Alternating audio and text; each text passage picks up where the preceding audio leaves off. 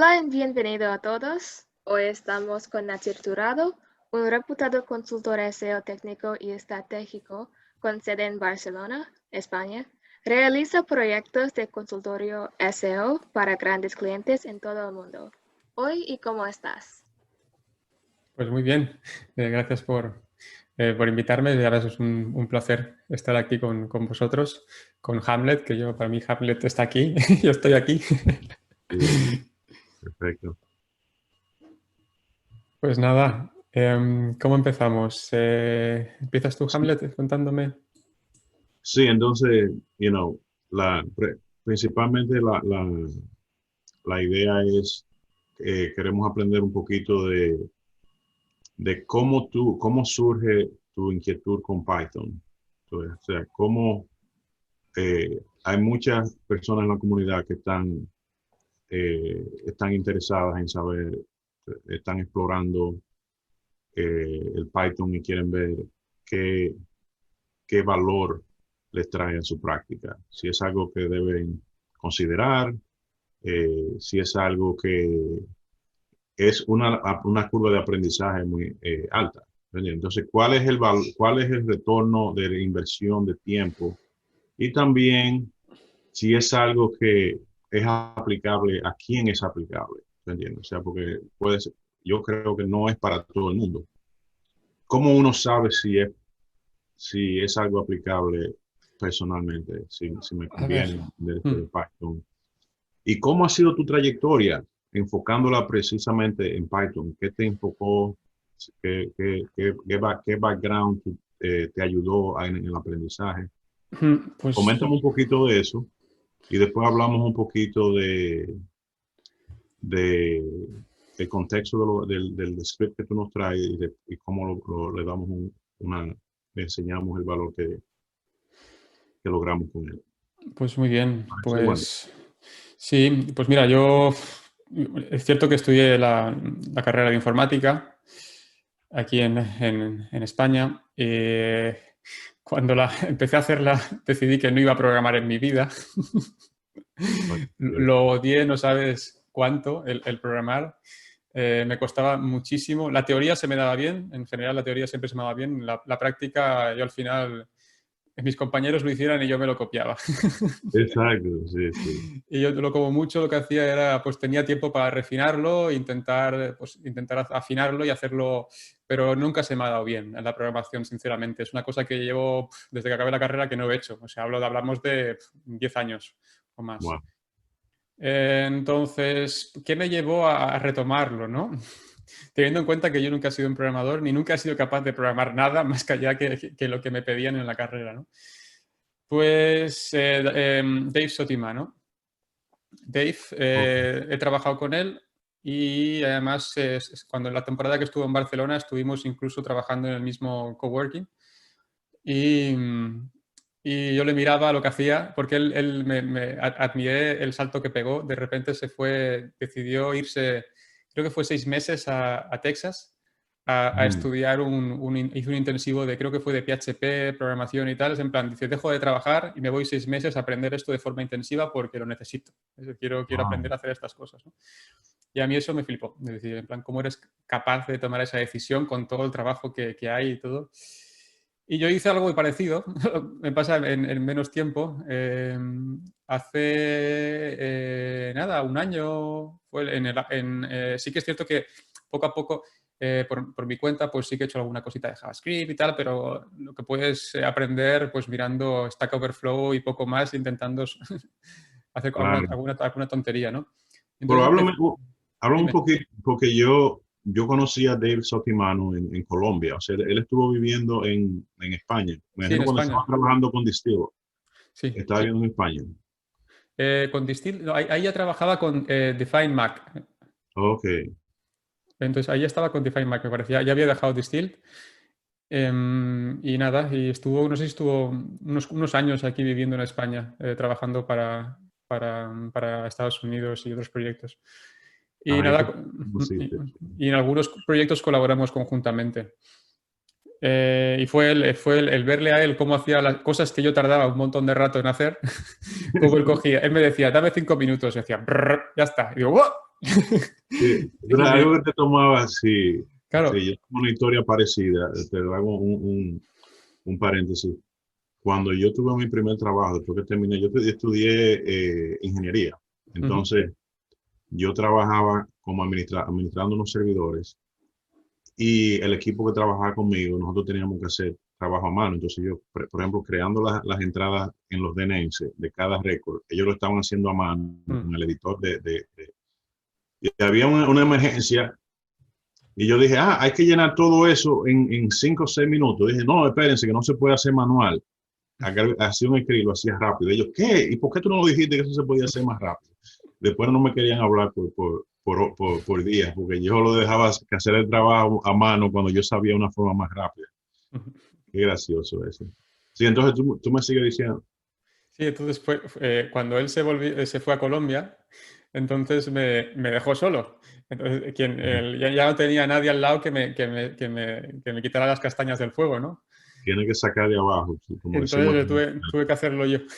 Y me apunté a Datacamp Mm.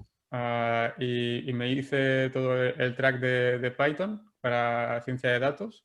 Aparte me hice casi todos los cursos que hay de procesamiento de lenguaje natural, de estadística, todos los que hay. Y nada, me los hice en un mes. Dije, voy a dejar de trabajar un mes. Y Wow. estuve todos los días, desde las 6 de la mañana hasta las 8 de la tarde, incluso fines de semana, para hacerme todos los cursos. Digo, porque solo tengo un mes. O sea, no descansé durante 31 días. Casi mi mujer me pide el divorcio. Ay, ay, ay. O sea, eso no es recomendable entonces. Ese camino que tú tomaste, no, si quieres mantenerse casado, no es recomendable. No, de momento el anillo lo tengo. De momento se Qué queda. bueno, te quiere muchísimo tu esposa. Sí, me quiere mucho, la verdad. No sé cómo. Yo, si estuviera con alguien como yo, ya le habría mandado a la mierda ya. Claro. Y nada, a partir de ahí empecé a probar, a hacer scripts. Al final, ¿qué ocurre? Que cuando tú tienes experiencia en algo, te empiezas a iluminar, ¿no? Y empiezas a ver, ostras, pues esto que he aprendido lo puedo aplicar a esta otra cosa. Y esto que he aprendido aquí lo puedo aplicar a esta otra cosa. Y para SEO, pues viene genial, porque al final muchas cosas son repetitivas y tienes que hacerlas una y otra vez para el mismo cliente o para otros clientes. Y al final es darle un botón. Eso sí, dedicas un tiempo a desarrollarlo, pero luego es un botón y que te lo hace todo, ¿no? Luego ya, evidentemente, tienes que analizar los datos, ¿no? Y fuese el salto. Se lo recomiendo a qué personas, a personas que creen que están perdiendo el tiempo haciendo tareas repetitivas y a personas que sobre todo que se dediquen al marketing digital. Yo creo que al final tener skills de este tipo también te abre la mente porque te ayuda a resolver problemas de cualquier tipo, ¿no?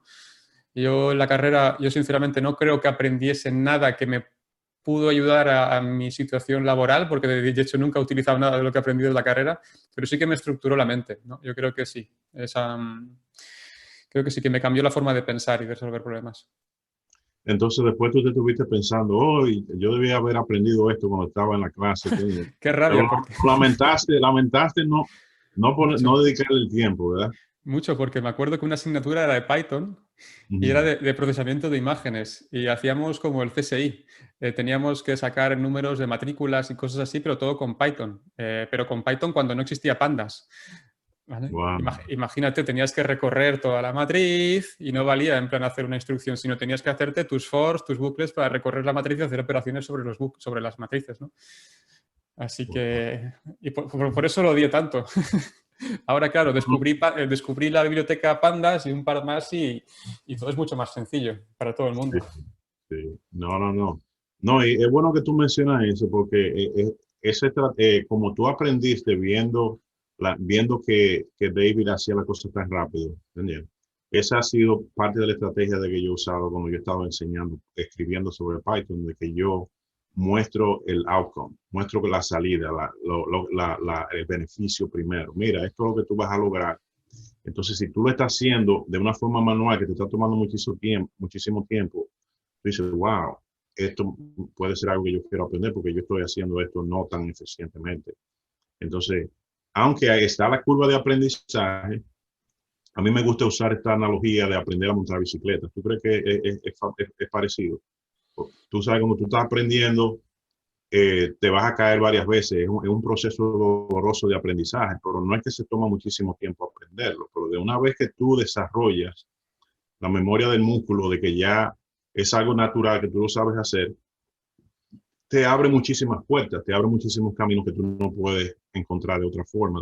Incluso manejando en un vehículo, el poder montar una bicicleta o una motocicleta te puede llevar a caminos pendientes que tú no lo puedes llegar en el mismo tiempo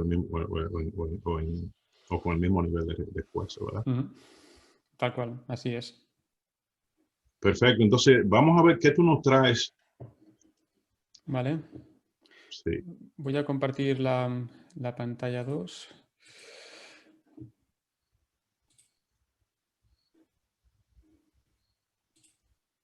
¿Vale? Ahí ya la estaréis viendo.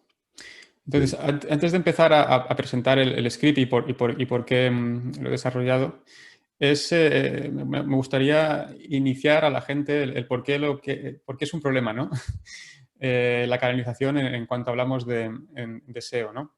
Para quien no conozca qué es la canalización, básicamente es cuando hay más de una URL que está rankeando para una palabra clave en concreto.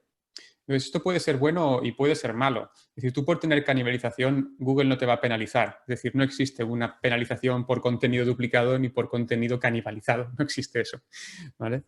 Lo que ocurre es que tú estás de alguna forma diluyendo la fuerza. Básicamente, cuando tienes más de una URL rankeando para una query en resultados bajos, ¿vale? Por debajo del top 10 o del top 8, básicamente lo que te está diciendo Google es que no eres relevante. No eres relevante o porque no has consolidado correctamente las señales, no eres relevante a nivel de autoridad, o no eres relevante a nivel de contenido. Pero no estás penalizado de ninguna forma. ¿Que lo solucionas y mejoras? Claro que sí, porque estás consolidando las señales, ¿no? Entonces, en ocasiones, la canibalización puede ser útil. Es decir, el estar rankeando top 1, top 2, top 3 con tu dominio para una query, eso es genial. Yo esa cosa yo no lo tocaría, ¿no? Como hace Amazon indexando búsquedas y como hacen muchos otros, ¿no? Es decir, ¿cuándo es un problema? Pues cuando no somos relevantes. Cuando no aparecemos para esa query, pues de alguna forma tenemos que hacer cosas para aparecer por encima, ¿no? Para detectar canibalización tenemos muchísimas herramientas. Lo podemos hacer con Sistrix, lo podemos hacer con SEMrush, lo podemos hacer con Ahrefs. ¿Qué ocurre? Que al final estas herramientas, aparte de que son de pago, no te dicen todas las keywords que realmente tienes canibalizadas, sino te dice una muestra de keywords que ellos tienen. Ellos trabajan con millones de keywords, pero las keywords más long tail, pues esas no te las va a detectar porque no son importantes para ellos, no tienen potencial de búsqueda, ¿no? Es por eso que es pues muchísimo mejor hacerlo con herramientas, es decir, trabajar con tu propia data, con tu propio Search Console, ¿no? Aquí podéis ver un dominio para el que trabajé hace tiempo, era Mi Bebé y Yo, es un portal de puericultura, de que hablan de enfermedades de bebés, de cómo quedarte embarazada, todo ese tema para las madres sobre todo, está enfocado. ¿Qué ocurre? Que ellos escribían muchísimos artículos y muchísimos artículos de lo mismo. Y cada X meses volvían a repetir el mismo artículo. ¿Por qué? Porque era la forma de que ese artículo apareciera en portada. Es decir, a nadie se les había ocurrido que podían republicar el artículo en portada y volvían a escribir el mismo para que los usuarios nuevos que estaban entrando vieran ese artículo que hablaba de ese tema en concreto, ¿no? Entonces tenían un problema de canibalización brutal o de baja relevancia, pues me gusta más llamarlo así. Y lo que se hizo fue decirle a los redactores, stop, dejad de escribir. Ahora vuestro trabajo va a ser preocuparos de antes de escribir ese tema que tenéis pensado escribir o que tenéis calendarizado, vamos a crear un framework para que antes de escribir algo, ¿qué serie de pasos hay que hacer antes de escribir? Es decir, ¿tienes ya un artículo sobre eso? ¿Cuántos tienes? ¿Vale? Estás rankeando y en base a ese framework decidíamos que hacíamos si una cosa o hacíamos otra, ¿no? Entonces aquí podéis ver un ejemplo de canibalización para una keyword que tiene mucho tráfico, que es canastilla del bebé. La canastilla del bebé es una cosa que tienes que llevar cuando van a hacer tu niño, donde tiene pues, pañales, una mantita, unos pijamas, un gorrito y cosas así, ¿no? Estar preparado para el parto, ¿no? Pues claro, ellos tenían un montón de artículos hablando de la canastilla. En concreto tenían 3 que rankeaban 11, 12 y 13. Es decir, no parecían ni siquiera en primera página. ¿Por qué no rankeaban en primera página? Teniendo en cuenta que Mi Bebé y Yo es uno de los sites más autoritarios sobre la materia. Pues porque estaban diluyendo las señales. Esto es una cosa que he sacado de un artículo que tienes tú, Hamlet, que me enseñaste ayer. Sí. Y que me ha gustado mucho la imagen porque representa muy bien lo que está pasando, ¿no? Cuando Sí, tienes... Si lo quieres comentar tú, así... No, que explica por qué sucede esto, porque Nasir y yo estábamos practicando ayer. Yo dije, mira, todo esto que usted está diciendo, yo también lo estaba haciendo, pero yo usaba diferentes nombres y diferentes. Entonces le enseñó un artículo que coincidimos exactamente en las mismas conclusiones. Pero yo dije, mira, como yo lo miré desde otro ángulo, desde otro punto de vista, mira lo que yo encontré también y veo que lo encontraste interesante, que esto no solamente dice lo que sucede y que cuando tú lo resuelves ves los resultados, que fue también el beneficio que yo vi, pero aquí esto te explica el por qué ese es el caso, por qué eso diluye. Cuando tú permites que eso suceda, te diluye el ranking de las páginas. Pero sí, tú lo puedes seguir diciendo. Sí, pues es eso. Es básicamente porque, por un lado, cuanto más artículos estás escribiendo, ¿qué ocurre? Un artículo que tenías escrito hace tiempo,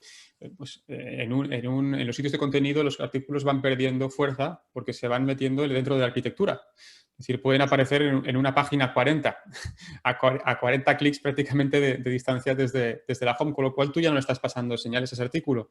Escribes un artículo nuevo que va a estar más cerca de la home, le vas a pasar unas señales más potentes internas que va a hacer que ese artículo ranquee por el que tienes detrás, a menos que ese artículo que tienes ahí detrás haya recibido un montón de links externos y para Google sea considerado como autoritario en la materia. Entonces, ¿qué ocurre? Hay momentos que en la canalización vemos cómo se van peleando artículos y van subiendo uno por encima de otro, luego se restan en base a estas señales que va cogiendo Google. Son señales que están diluidas y en base a ciertas cosas va a sacar una cosa o va a sacar la otra. ¿Qué ocurre cuando unificamos las señales? Que pasamos todo el peso a un único artículo y hacemos que ese artículo, no sea, si es relevante, evidentemente, porque también tiene que tener el contenido que sea de valor, pues que aparezca en primeros resultados, ¿no? Entonces, aquí podéis ver con Sistrix que esos 3 artículos que os he enseñado, mirad el histórico, ¿no?, de visibilidad de cada artículo. Aquí podéis ver con un artículo que había, en el momento que se escribió otro artículo, podéis ver cómo la visibilidad baja de ese otro artículo. Y cuando se vuelve a escribir otro artículo, podéis ver cómo le resta visibilidad al que ya estaba escrito, ¿no? Entonces, ¿qué es lo que se optó por hacer? Pues se estableció como una regla por el cual mediante APIs cogíamos las visitas de Analytics, cogíamos las palabras clave orgánicas por las cuales rankeaba cada artículo mediante la API de SEMrush y en base a eso se decidía cuál era el mejor artículo de todos los que estaban canibalizados en ese listado, ¿no? Y lo que hacíamos era una pequeña revisión manual para ver si había información de valor que podíamos rescatar de algún artículo para hacer un artículo más completo, lo que pasa es que eso lleva tiempo, pero en la mayoría de los casos se optó por hacer directamente redirección de los artículos duplicados o canibalizados, en este caso, al artículo que tenía más fuerza, ¿no? ¿Y qué ocurrió? Que estando top 11, 12 y 13, por la keyword canastilla del bebé, mi bebé y yo ha estado primero durante muchísimos años después de haber hecho por ejemplo, este ejercicio de unificación de fuerza, ¿vale? Son mi bebé y yo, tenían un buen contenido y unificamos las señales de todos los artículos que estaban duplicándose, ¿no? Esto le pasa también a muchos otros clientes como Thank You, ¿no? Y porque los sites de contenido trabajan casi de la misma forma. Tienen un equipo de contenido que les piden que escriban una serie de artículos y cada año escriben el mismo artículo, pues los 6 destinos de luna de miel de moda en 2018, en 2017, en 2016. Tenían un montón de artículos de la misma forma, ¿no? Aquí podéis ver cuando un artículo se vuelve relevante y deja de ser relevante con el tiempo, porque también ten en cuenta que un contenido de 2017 puede no ser relevante para 2018, porque a través del titular tú tampoco lo estás indicando, con lo cual vas a evitar esos clics que te hagan desde la SERP también.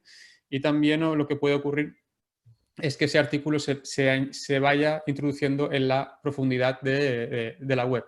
Y podéis ver cuando de repente escriben el otro, empieza a restarle todavía más visibilidad hasta que llega un momento que se empiezan a picar los dos y Google no sabe cuál sacar, ¿no? Lo que hay que hacer en estos casos es no escribir cada año el mismo artículo, ¿vale? Idealmente no vamos a poner fechas en los artículos y si es contenido de este estilo, si es contenido de tipo evergreen, entonces lo que vamos a hacer es actualizar con el contenido más relevante y cambiar en todo caso el titular del artículo, pero nunca la URL. Y si es para ti un contenido estratégico que te trae tráfico, te trae negocio, ese contenido, en el mejor de los casos, va a tener que estar enlazado desde páginas superiores dentro de la arquitectura. Es decir, tienes que trabajar muy bien la arquitectura para crear páginas hub desde las cuales enlacemos directamente a esos artículos a muy pocos clics de distancia de la home para pasar el máximo peso posible si para ti esta keyword es estratégica, ¿vale? Es una cosa que podéis ver en Thank You. Si entráis en la revista, vais a ver cómo todos los tags están trabajados de esta forma. Hay un listado específico con contenidos estratégicos que nunca pueden estar enlazados más profundamente. Siempre lo que creamos es sistemas de enlazado para enlazar a los top. ¿Vale? Aparte hay un sistema de republicación creado en el caso de que no hayan redactores escribiendo para que artículos que siempre generan interés vayan rotando y se vayan republicando automáticamente en portada para que la gente nueva lo vaya viendo como si fuera una revista, ¿no? Porque al final hay que entender que el ciclo de vida de un usuario de Thank You o de Mi Bello es corto. Es decir, es una persona que piensa en casarse, se casa y ya ahí se acabó la relación. Con lo cual no es necesario estar generando contenidos nuevos constantemente, ¿vale? Aquí veis otro ejemplo de Thank You donde hay canciones para bodas desde el 2011 creando contenidos cada año, un artículo sobre, incluso en el mismo año, varios contenidos. Y mirad cómo se van canibalizando entre sí. Veis viendo cómo se pierde, cada vez que se crea uno, pierdes rank del que tenías bien posicionado y baja el posicionamiento y vuelve a bajar. Es decir, esto es un problema porque es una keyword que podía estar siempre en primera posición, pues va perdiendo en este caso posiciones, ¿no? Idealmente, ¿esto cómo hay que trabajarlo? Pues una URL por intención de búsqueda. Entonces, lo que podéis hacer es en Google haciendo un site, thankyou.es o el dominio con el que trabajéis y luego ponéis in title, por ejemplo, luna de miel y vais a sacar todos los artículos que hablen sobre destinos de luna de miel y explicarle a los redactores qué es lo que tienen que hacer, es decir, una estrategia para ello. Es decir, al final hay diferentes patrones que se pueden cubrir con un único artículo, ¿no? Entonces, por ejemplo, para luna de miel existen diferentes tipos de patrones o de contenidos que podéis encontrar haciendo un keyword research en base a fecha, ¿vale? En base a tipo, en base a precio, en base a localización, y no hay que hacer más de un artículo de esto. Hacéis uno que sea el mejor del mundo y es suficiente, no hay que crear artículos de este tipo. Y ya está, ya habéis visto un poco la canibalización, qué es, por qué es un problema y cómo resolverla, ¿no? Una forma es redirigiendo, otra opción es aplicando canonicals, como me comentó Hamlet que también hacía. También yo lo he probado y funciona, ¿vale? También depende de si quieres que un usuario acceda a ese contenido o no es necesario que acceda, ¿no? Con una redirección no va a poder verlo. Sí, porque yo te digo el ejemplo en el caso como nosotros trabajamos mucho con e-commerce, si estamos consolidando productos que tienen variantes, ¿entiendes? De diferentes colores, no es práctico usar un redirect porque entonces tú le estás ocultando esas opciones al usuario. No enseñas ese color a un usuario, claro. Exacto. Entonces, mejor, en ese caso, es mejor usar el canónico. Eso es. Entonces ahora vamos a la parte interesante. Para nosotros, lo que es el código. Sí, vamos a ver el código que... sí, lo que no los han visto en la cuenta de Twitter de Ranksens, pueden ver el tutorial, está descrito paso a paso. Entonces ahora Nasir nos va a mostrar el código. ¿Qué es lo que hace? ¿Cómo se configura para que todo el mundo lo pueda empezar a trabajar desde ya? ¿Vale? Entonces en el Twitter como dice, de Ranksens tenéis el link a este notebook, ¿vale? Sí, déjame en Google Colab. Dime. Sí, Britney, por favor, ¿lo puedes poner el link en el chat del tutorial para que lo puedan seguir ahí? Guay. ¿Lo tenéis ahí? Sí, vale. Puedes poner en el chat, por favor. Perfecto. Entonces, básicamente lo que hay que hacer con esto, yo no lo voy a tocar porque es el que voy a compartir, es el que está compartido con vosotros. Entonces, lo que voy a hacer es lo que tenéis que hacer vosotros también, ¿vale? Es darle archivo, ¿vale? Y nos vamos a guardar una copia de este notebook. Y aquí, una vez que os habéis hecho una copia, ya podéis editar este documento porque esto ya es vuestro, ¿vale? Lo bueno que tiene Google Colab, bueno, ya lo sabéis, muchos, es que no te necesitas montarte un Anaconda, es decir, un entorno con ciertas librerías. Es decir, aquí ya es un entorno que funciona para todo el mundo, que se ejecuta en Google y tú te olvidas de perder el tiempo teniendo. Yo he llegado a tener no sé cuántos environments para cada tipo de librería, porque a lo mejor tiene cosas que no funcionan o una cosa que había utilizado luego no era capaz de saber actualizarla, y esto es mucho más sencillo. Lo primero que hacemos es, bueno, vamos a ir ejecutando punto por punto este notebook, ¿vale? Ahora lo que vamos a hacer es importar las librerías necesarias para que esto funcione, desde la de Pandas, que es para hacer operaciones sobre los data frames, ¿vale? También la API de Search Console, estamos así llamando a la API de Search Console, ¿ok? Y ahora lo que le llega al momento de crearnos un client ID y un client secret, ¿vale? En este caso, os voy a enseñar cómo hacerlo porque ya he recibido los primeros comentarios por mensaje directo en Twitter de gente que tenía problemas a la hora de crearse estos client ID, ¿vale? Y también otra persona me ha comentado en el Twitter, que también ha mencionado RankSense, que decía, vale, ¿cómo lo hago para, si en Search Console lo que tengo es una propiedad de tipo dominio, ¿cómo lo hago, no? Entonces, gracias a este chico, pues he añadido este comentario para que vierais cómo se hace en el caso de que tengáis una propiedad de tipo dominio, ¿no? Esto hay que ponerlo tal cual lo tenéis, como tal cual llamáis a la propiedad que queréis sacar datos, así es como hay que introducirlo aquí, ¿vale? Esto es un cambio que tenéis que hacer vosotros. Ahora estos client ID y estos client secret están borrados ya, no me importa que los veáis. Os voy a enseñar cómo crear unos, ¿vale? Vamos a clicar aquí en este link.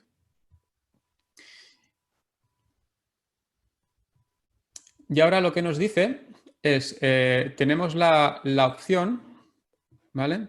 Tenemos la opción de crear un proyecto nuevo en Developers, o podemos añadir la API de Search Console a un proyecto que ya tengamos aquí listado, en el caso de que ya tengamos algún proyecto metido aquí. Yo lo que voy a hacer es, desde cero, voy a crear un proyecto nuevo con la Google Search Console API habilitada por defecto, ¿vale? Para poder hacer llamadas. Me voy a dar a continuar. Vamos a esperar un poquito.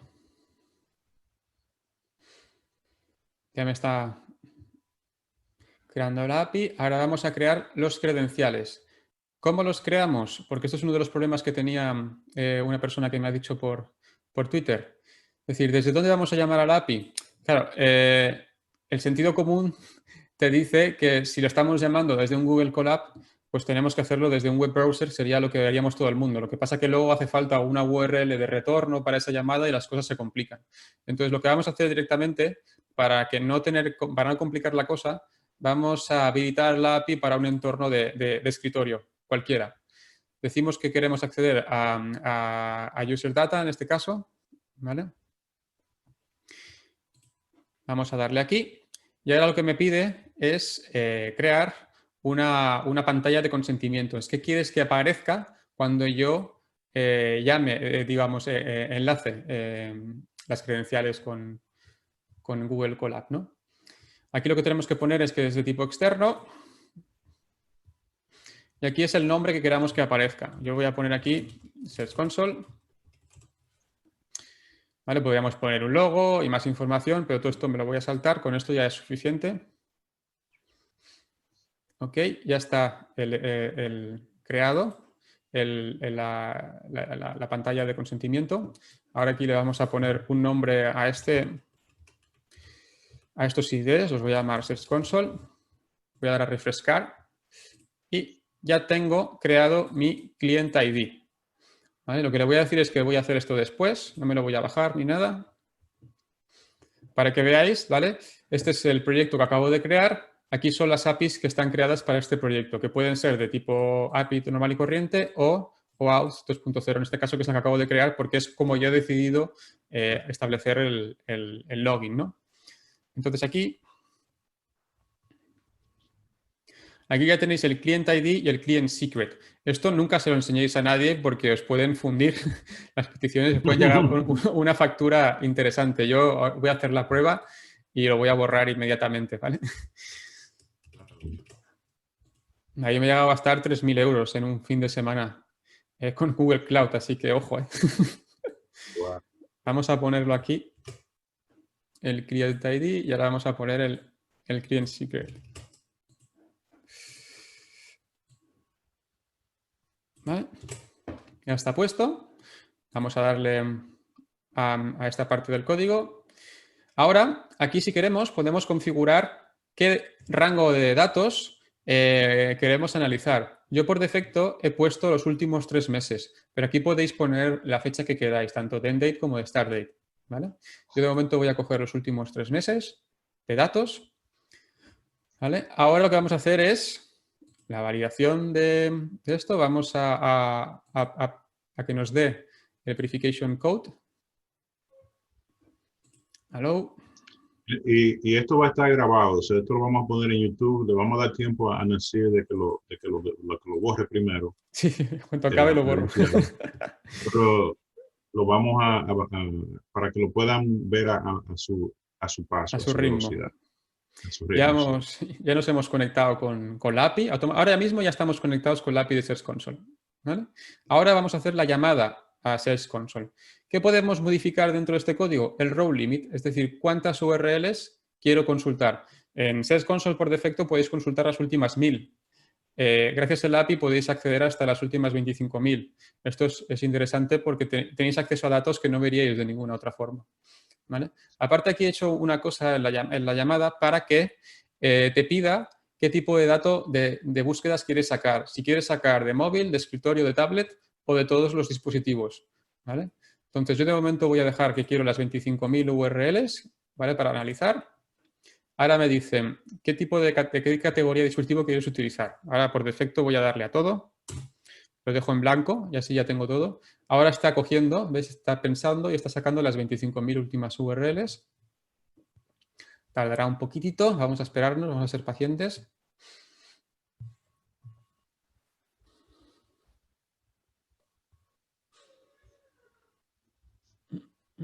Ya lo ha hecho. Ahora, lo que tenéis aquí en response es ya está guardada todo el JSON, toda la petición que habéis hecho a la API de Search Console con esta información. ¿Vale? Vamos a tener la página y la query asociada a esa página. Y con este código lo que estamos haciendo es parsear ese JSON para guardarlo en un data frame en el orden que a mí me interesa. ¿Vale? Ya está parseado, ves que esto es muy rápido. Ahora lo que hago es simplemente definirle los tipos a cada columna, a cada tipo de dato, porque normalmente ahorras un poco digamos, el espacio en memoria si declaras ciertos tipos. ¿Vale? Si le dices de qué tipo es un dato, luego digamos que el data frame es más pequeñito en cuanto a peso, y cuando hablamos de data frames muy grandes, esto acelera un poco la velocidad del código. ¿Vale?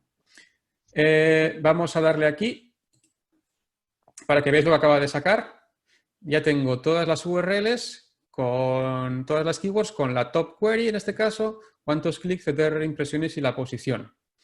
¿Vale? Ya tengo todos los datos de Search Console, URL y la keyword que más tráfico está trayendo a esta URL. ¿Vale? Ahora, lo que he hecho aquí ha sido separar un poco todos los pasos, los he fragmentado para que todo el mundo entienda lo que está pasando. Antes de nada, lo que vamos a hacer es... Dime. Antes de que entremos ahí, Nasir, porque ¿cuánto tiempo que yo entiendo que tu proceso, cómo conceptualizaste este workflow? O sea, tú lo hiciste primero a mano, ese es un proceso que tú lo hacías en Excel, en Google Sheets antes. Sí. Dame un poco de la historia de cómo tú encontraste este workflow, este formulario, Eso es. Sí. Yo, bueno, lo hacía todo a mano. O sea, hacía o pedía a alguien que me hiciera la query, o directamente en Search Console tienes una opción para probar, para hacer llamadas a la API de Search Console. Y desde ahí me descargaba todos los datos en Excel y luego los trabajaba yo en Excel. ¿Vale? ¿Qué ocurre? Ya tú lo habías descrito, sí, este proceso en Excel primero, ¿verdad? Claro, es una cosa que yo hacía más de una vez, y más de una vez. Y lo hacía Claro, ten en cuenta que, por ejemplo, para este cliente lo que hago es, pues cada X tiempos, cada mes o cada 2 meses, pues le revisamos la evolución porque ellos van implementando cambios y vas viendo cómo se van eliminando estas, cada vez te vas quedando con menos canibalización y van apareciendo otras de otros contenidos que van creando, ¿no? Pero lo bueno es que es un cliente que desde que está aplicando este workflow,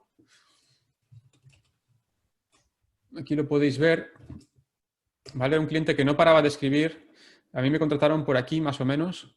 Es un proyecto que cada año está haciendo récord de tráfico orgánico, incluso en pandemia y en todos los países. Y está creciendo, creando contenido y con una arquitectura que se ha diseñado específicamente para potenciar los contenidos más valiosos, ¿vale? Esto lo mismo ocurrió aquí en el otro ejemplo que yo he puesto. En Mi Bebé y Yo es un portal que ha comprado ahora un medio de comunicación y lo ha integrado como un subdominio. Como podéis ver aquí, ya no está Mi Bebé y Yo, ya no está alojado en Mi Bebé y Yo, sino que está alojado en otro, como subdominio de otro portal, ¿no? Pero empezamos a trabajar para recuperar una caída de una migración que habían hecho mal. Y aquí fue cuando empezamos a crear la nueva arquitectura y a establecer el nuevo framework de potenciación. Tened en cuenta que este es un portal que llevaba en encefalograma plano, como yo lo llamo, desde hace años, ¿no? Y cómo cuando se empezó a trabajar el SEO, al final estaba compitiendo en segunda liga y ya por fin compitió con los top, quitando tráfico a los más grandes como Baby Center y estos que son muy grandes, ¿no? Aplicando no solamente este workflow, sino trabajos de arquitectura, de velocidad. El SEO, decir, tú haces esto y vas a mejorar, vale, un poco, pero no todo lo que podrías mejorar trabajando otras cosas. El resto de cosas. El SEO funciona en conjunto. Se hizo una versión mobile, mucho más usable. Son muchas cosas que se tienen en cuenta. No por esto vamos a hacer esto, ¿no? Claro, claro. Entonces, bueno, aquí podéis ver, seguimos con el workflow. Ahora lo que vamos a hacer es, como os he dicho, si estamos en primera página, pues no nos va a importar el tener varios resultados rankeando, porque eso nos vamos a llevar más clics, porque estamos ocupando más parte de la SERP de Google, ¿no? Entonces aquí podéis definir cuántos resultados consideráis como primera página. Y yo lo que he hecho ha sido basándome en un estudio de Mozdcast, dice que ahora el promedio de la SERP tiene 8 listados. Entonces voy a tomar como primera página 8 listados. Esto lo podéis cambiar, podéis poner 4, 10, lo que vosotros consideréis. Ahora aquí hay que poner, esto es una expresión regular, donde vamos a poner todas las branded keywords. Es normal que para las branded keywords aparezcan resultados duplicados, o sea, aparezcamos con más de una URL, porque al poner la marca, Google te va a sacar tus propios resultados por encima de otros, con lo cual puedes llegar a tener toda la SERP tuya. Entonces también lo que voy a hacer es filtrar las keywords de marca. Únicamente me voy a quedar con las keywords de no marca. ¿Vale? Vamos a darle aquí, vamos a meterle estas dos variables. Ahora aquí lo que estamos haciendo es excluir los resultados de primera página. Aquí podéis ver cómo el data frame tenía 25.000 columnas y ahora pasa a tener 5.000. Hemos reducido bastante la cantidad de URLs que había, ¿no? Ahora, en este punto de aquí, lo que vamos a hacer es excluir las branded keywords, por un lado, es decir, vamos a excluir todas las búsquedas de marca, y luego, además, lo que vamos a hacer es quedarnos únicamente con las queries que están, es decir, con las URLs que tienen, perdón, con las queries que están duplicadas. ¿Vale? Porque lo que queremos ver, una query que únicamente esté en una URL, pues eso no es canibalización, ¿vale? No es la definición de canibalización. Y ahora pasamos de 5.800 columnas, pasamos a 308. Es decir, tenemos 308 URLs que tienen más de una URL para una keyword, en este caso. ¿Vale? Ahora, ¿cómo vamos a ordenar todo esto para poder sacar un poco de información? Lo primero que vamos a hacer es cambiar la columna esta, la vamos a poner al principio. Vamos a hacer que la query sea el índice, ¿vale? Porque lo que queremos ver es fácilmente identificar estas keywords, ¿no? Esto lo hacemos con esta instrucción. Vamos a setear el índice para que sea la propia query. ¿Veis cómo hemos cambiado? Ya una cosa que teníamos como columna la hemos seteado con el índice. Ahora vamos a ordenar el índice por orden alfabético. De esta forma veremos muy fácilmente las queries que son, digamos, las queries que son duplicadas. Es una forma de ver la información sencillamente. Y por último, lo que vamos a hacer es resetear el índice, es decir, volver a tener el índice como teníamos antes, 0, 1, 2, 3, para que la query sea una columna. ¿Veis? Y esto en principio ya estaría. Ya tendríais todas las queries, en este caso todas las URLs están peleándose por una query. ¿Vale? Pero para hacer este análisis vamos a sacar un poco más de información. Y en este caso lo que yo hacía antes a mano era cruzar este CSV que yo tenía ya en Excel con otro CSV de crawleo, en el cual tenía los titulares, las metadescripciones y todo lo demás. Y digo, oye, ¿y si monto una cosa en Python para que no tenga que ni siquiera crawlear el portal y luego hacer este matching, ¿no? Es decir, a mí me da mucha pereza vale, si ya que estoy en Python, yo no quiero el tener que ir subiendo CSVs, porque para eso ya estoy en Excel. Yo quiero que los datos me los vayan, es decir, ir cogiendo datos de por ahí sin tener que trabajar, ni subir, ni trabajar con CSVs, ¿no? Entonces, ¿qué voy a hacer?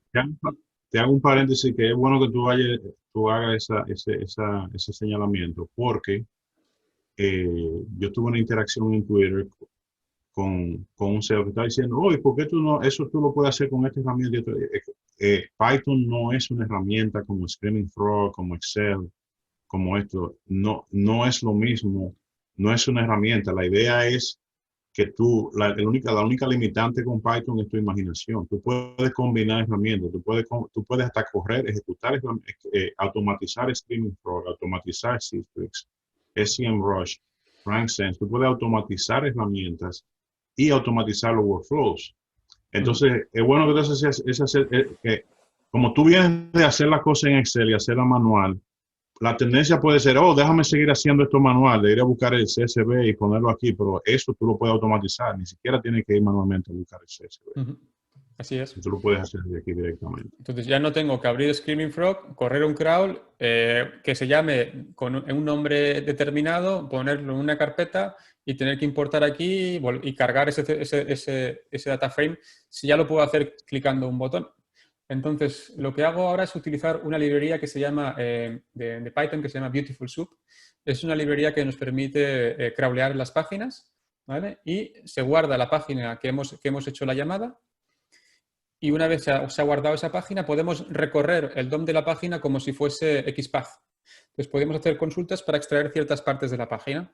Aquí yo he puesto el title y la metadescripción, pero podríamos poner cualquier cosa, el H1, lo que queráis. O sea, sed creativos. Podemos poner los canónicas, cualquier tipo de meta, la podemos llegar a scrapear con Beautiful Soup. Pues así lo que hago es coger el titular de la página y así lo que hago es coger la metadescripción.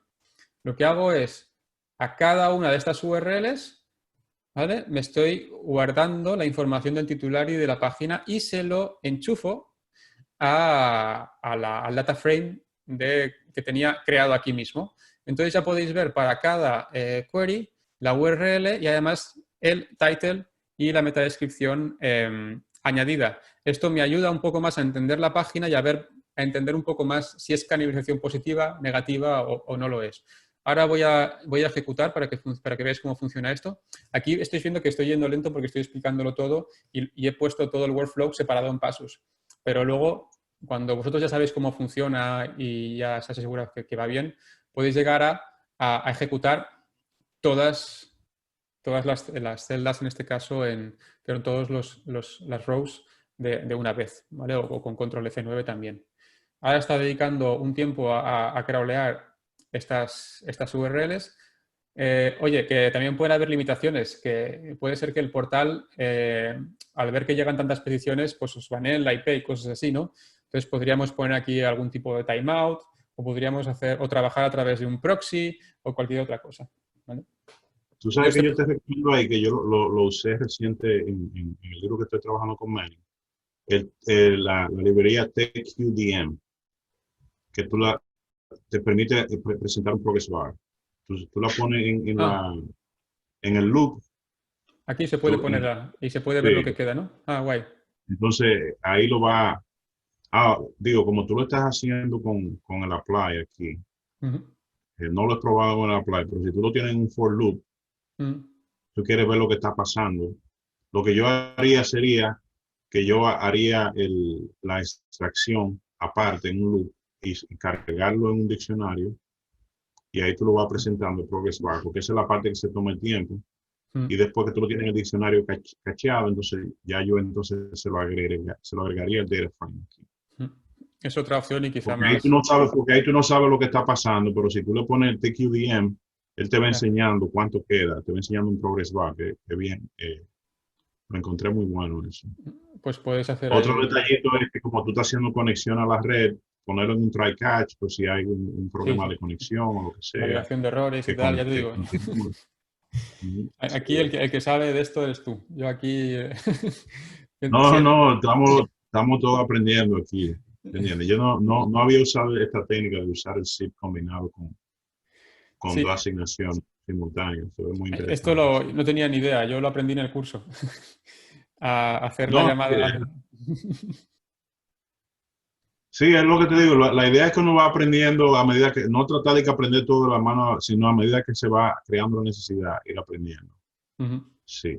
Pero en lo que esto corre, eh, ¿qué, qué tú les recomiendas aquí a la audiencia en cuanto a cómo ellos comienzan a aprender esto? ¿Dónde comienzan? ¿Qué camino A ellos mí deben me, tomar para poder hacer un script como este? a mí me ¿Cuánto tiempo se le va a funcionó tomar? Sí. el track como tal de Python para ciencia de datos que hay en Datacamp, lo hice en 2 semanas, me parece, solo. Entonces, yo con eso Bueno, ya es fueron suficiente. 2 semanas tú solamente haciendo eso, ¿verdad? Sí, solamente dedicado a eso. Ten en cuenta que cada módulo, hay 26 módulos, cada módulo son 4 horas. Luego hay ejercicios, hay proyectos que puedes hacer para aprender por tu cuenta. Pero eso Vale, sí, 2 semanas, si tenéis 2 semanas, y yo creo, yo le dije a mis clientes, voy a desaparecer un tiempo porque quiero volver haciendo cosas nuevas para poder seguir aportando valor. Me aceptaron, no hubo ningún problema y ya está. exacto. Tú pediste una vacación de 2 semanas. Sí, vacaciones. Sí. Así llegué quemado. Mira, ya está, ya lo he sacado. ¿Veis? Ya tiene toda la... He escapeado las 300 URLs y ya me las ha puesto concatenadas al data frame que ya tenía, Perfecto. ¿no? Ahora, lo chulo es, en vez de ejecutar esto en Colab, lo suyo sería ejecutarlo en Jupyter Notebook, porque en Jupyter Notebook puedes crear un data frame interactivo con la librería QGrid, ¿vale? Yo aquí la tengo comentada, como podéis ver, porque en Ujú. Colab no la entiende, no la tiene. Estas cosas interactivas, Lo que por más, ejemplo, lo que más, librerías... Dime. sí, lo que más se le acerca es la extensión dinámica, ¿verdad? Sí, esto es lo que más se le Perfecto. acerca. Cosas, digamos, con interacción, ya requieren de un server, de hacer peticiones. Entonces, por ejemplo, librerías de visualización como Bokeh, que a mí es de mis preferidas, claro, yo no las puedo Mm. utilizar en Google Colab, las tengo que utilizar en Jupyter Notebook. Pero bueno, he encontrado esta alternativa a QGrid que de alguna forma ya tienes este data framing interactivo. Te permite filtrar la información que tú tienes, te permite ordenar por columnas, ¿vale? Y aquí ya estaría toda la info, como si de un Excel se tratara. O sea, ya no tienes que entrar a Excel porque ya tienes aquí todo el data frame como si fuera de Excel y puedes aplicar luego cualquier consulta sobre este data frame para trabajarlo, ¿no? Entonces aquí ya podemos identificar cómo hay diferentes URLs que están atacando la misma keyword y que habría que hacer algo, ¿no? ¿Vale? Una cosa es que, bueno, aquí hay cosas que no puedes hacer nada, porque esto es el nombre de un proveedor. Entonces aquí pues es igual, es decir, es normal que se canibalicen. Hay dos proveedores que se llaman igual. Entonces lo que haría para seguir trabajando esto es decir, todas las URLs que estén dentro de /f, que es donde están los proveedores, no las voy a tener en cuenta para la canibalización. En cambio, las URLs que tengan o /p o /v, que es donde están los artículos o los vídeos, aquí sí que son los que quiero ver, no los proveedores. Entonces, por eso decía que luego ya puedes trabajar sobre esto. Y si aún así nos gusta Python para trabajar esta información, aquí tenéis la opción de descomentar esto y guardaros el CSV. Automáticamente se os descarga el CSV para que hagáis el trabajo sobre el propio Excel o Spreadsheets o como queráis. Y ya está Sí. funcionando y esto es lo que podéis conseguir. No, está excelente, está excelente. Nos quedan unos minutos, a ver si tienen preguntas para, Vale. para Nasir. La pueden ir poniendo ahí si tienen cualquier inquietud o preguntas. De momento, por Twitter me llegaron 2 preguntas. Una de ellas era esta. ¿Cómo lo hago para añadir una propiedad de tipo dominio? Ya lo he añadido en el comentario para que nadie tenga dudas. Hay que añadir sc-domain. Sería aquí poner el sc está aquí delante, -domain, y sin esta cosa aquí al final, sin la barra. Esa es una. Sí. Otra cosa que pueden hacer es usar el API para listar las propiedades. También. Las pueden listar y ahí le va a dar el formato que deben usar para acceder. Eso es, hay una llamada a la API y puedes así ya ves todas las propiedades que tienes y así no cometes errores a la hora de introducirlo. Exacto. A mí me gusta usar una librería que simplifica este proceso, que se llama Search Console. Es bien cómoda de usar. Que hay una equivalente para Analytics también. Yo lo que he hecho, este código lo he usado para conectarme tal cual el que hay en la documentación de Google. Es el que he utilizado. Y lo que pasa es que ese más verboso. Te voy a enseñar, porque yo incluso le sometí un patch. A ellos lo aceptaron. Déjame compartir eso, ahora que lo tengo aquí. Bueno, yo de momento voy a ir borrando. Exacto. Delete. Exacto. Ya está borrado. Es más, voy a borrar hasta el proyecto este. Sí. Luego lo borro el proyecto. Pero bueno, la API ya está borrada, ya ningún problema. Sí, aquí. Mira, eso lo puse en el chat. A ver. Que es bien cómoda esa. Lo hace bien sencillo el proceso de... Esta es, vale, ya la probaré. Bueno, yo le mandé... Sí, yo le mandé un pull request para la autentificación, hacerla más fácil en Google Colab, porque no la tenía cómoda en Colab. Trabaja bien. Muy bien, pues ya lo probaré. Luego que sepáis que en mi GIST tenéis una pregunta, bueno, tenéis algunos códigos más para hacer split testing en SEO, algunas cositas para analizar la información, cosas que suelo hacer muchas veces, pues para hacerlo rápido, forecast. Tenéis una cosita que es, hay un comentario. De JC, yo lo vi, sí. Eso, que es bastante bueno porque te explica cómo automatizar este trabajo todavía más. Es decir, que tú no tengas que hacer nada, que se cree un cron en Windows que cada semana, por ejemplo, te saque un CSV de este estilo, ¿vale? Sí, JC va a estar en él va a hacer un tutorial para nosotros también. Sí, va a estar pronto. Genial. También. Sí, pues me apuntaré. Veo que no parece que hayan preguntas. Entonces, nada, cualquier cosa. O como dice un profesor mío de la universidad, o entendieron todo o no entendieron nada. Tal cual. Vamos a esperar que sea que lo entendieron todo, ¿verdad? Sí, voy a ver si hay alguna pregunta No hay pregunta. En Twitter. A ver.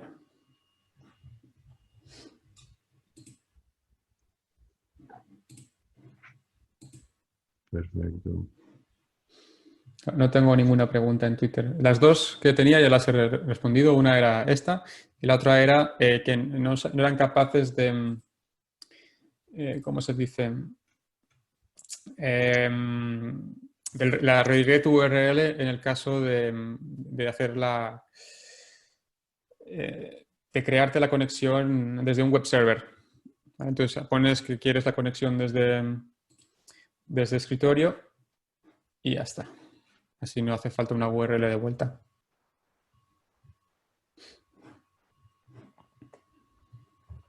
Bueno, perfecto. Bueno, déjame ver, creo que he oído chat. ¿Qué librerías recomiendan para buscar scripts? GitHub, ¿alguna más? Yo Google. Directamente en Google busco las librerías que me hacen falta. Sí, sí, yo también. Normalmente tú escribes el problema en Google y tú vas a encontrar Stack Overflow, porque tú vas a estar preguntando un problema que tú quieres resolver. Entonces, en Stack Overflow es que te van a estar indicando, mira esta librería, mira aquella. Entonces, ahí tú la vas a estar. Yo he descubierto muchas librerías interesantes. Por ejemplo, hay una que se llama Extruct, que yo la usé para extraer data estructurada de páginas. Ajá. Yo no la conocía. Se llama Extruct. Yo descubrí muchas librerías interesantes. Está Extruct. Voy a poner esa aquí para que la vean. Que es muy interesante para sacar data estructurada. Claro, ahí está. Eso que decíamos antes. Puedes resolver el problema desde cero. A mí se me habría ocurrido pues scrapear la página y montar un parser que coja ciertos elementos, pero el trabajo de eso es... ¡Wow! No, que eso es lo que te digo, y como nosotros estamos haciendo tutorials cada semana y el equipo interno y los developers, los interns están haciendo eso. Ellos, por ejemplo, están haciendo una hora. Yo les dije, mira, todo eso que tú hiciste, por ejemplo, análisis de logs, duró muchísimo tiempo con los regex y todas esas cuestiones. Yo, mira, hay una librería que hace eso. Primero busca la librería. Si no existe, tú lo haces, pero Lo haces tú. es muy probable de que ya alguien haya escrito algo que te lleva ahí. Otro, por ejemplo, ese es un ejemplo, la Extruct.